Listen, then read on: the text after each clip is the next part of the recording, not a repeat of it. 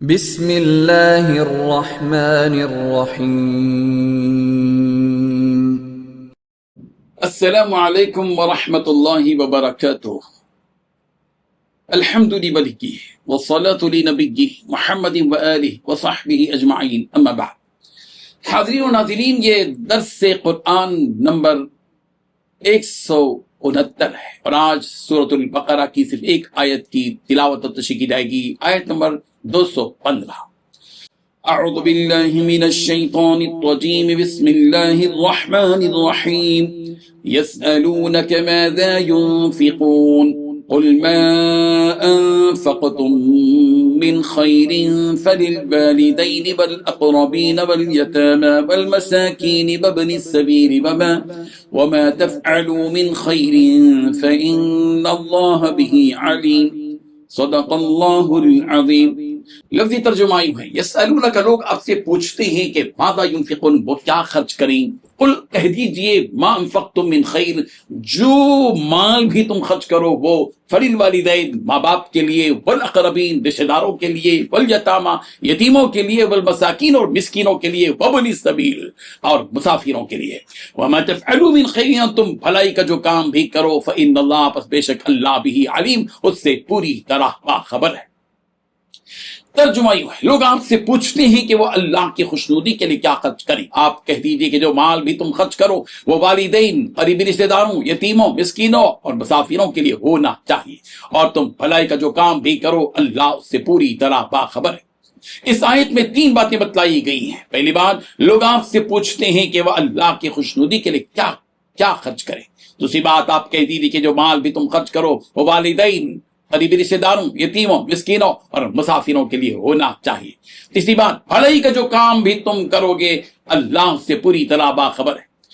بزرگان محترم، صحابہ کرام رضی اللہ عنہم نے رسول رحمت صلی اللہ علیہ وسلم سے جو سوالات کیے ان میں سے تقریباً 17 سوالات، 17 کوسچنز ایسے ہیں جن کا ذکر قرآن مجید میں ہے۔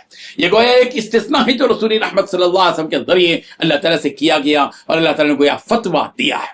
لفظ فتویٰ کا استعمال اللہ تعالیٰ کی طرف بھی منسوب ہوا ہے۔ سورہ نساء کی آیت نمبر 176 میں ہے، یستفتونک قل اللہ یفتیکم، لوگ آپ سے فتویٰ طلب کرتے ہیں کہ یستفتونک، لوگ آپ سے فتویٰ طلب کرتے ہیں، آپ کہہ دیجئے اللہ انہیں فتویٰ دیتا ہے۔ ان سوالات میں سے ایک سوال یہ بھی ہے جو اس آیت میں مذکور ہے، یسألونک ماذا ينفقون، لوگ آپ سے سوال کرتے ہیں کہ کیا خرچ کریں، کیا چیز خرچ کریں۔ 3 آیتوں کے بعد دوبارہ اسی قسم کا سوال اگلی آیات میں موجود ہے، مگر ایک قسم کے 2 سوالوں کے جوابات الگ الگ انداز میں ہیں۔ اس میں حکمت بھی ہے کہ جو کے جوابات الگ الگ انداز میں دیے گئے۔ اس آیت کا شان نزول یہ ہے کہ حضرت عمر بن جموح رضی اللہ عنہ نے رسول رحمت صلی اللہ علیہ وسلم سے سوال کیا تھا، ما ننفق من اموالنا وأين نضعها، کہ ہم اپنے مالوں میں سے کیا خرچ کریں اور کہاں خرچ کریں۔ ابن جریر رحمہ اللہ کہتے ہیں کہ عام مسلمانوں کا بھی یہ سوال تھا، چونکہ سوال کرنے میں 2 جز تھے، کیا اور کتنا خرچ کریں، اور اس کا مصرف کیا ہو، کہاں پر خرچ کریں، یہاں کس پر خرچ کرنے کا جواب دیا گیا، اور 3 آیتوں کے بعد جو سوال ہے اس میں کیا خرچ کرنے کا جواب دیا گیا۔ اس آیت میں مال خرچ کرنے کے مصارف بتائے گئے کہ ہمیں اپنا مال کن کن پر خرچ کرنا ہے۔ اس کی تفصیل یہ ہے کہ جو کچھ مال خرچ کرو پہلے ماں باپ پر، رشتہ داروں پر، یتیموں پر، مسکینوں پر، مسافروں پر خرچ کریں۔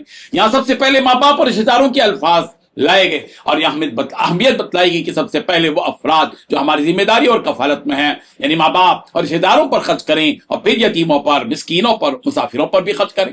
وما تفعلوا من خیر فإن اللہ به علیم، کہہ کر یہ اشارہ بھی دے دیا گیا اللہ کو تمہارے خرچ کرنے کا علم ہے، تم پر کوئی پابندی نہیں ہے کہ نفلی صدقات میں مال کی اتنی ہی مقدار خرچ کرو، تم جو بھی خرچ کرو گے اس کا اجر تمہیں ملے گا۔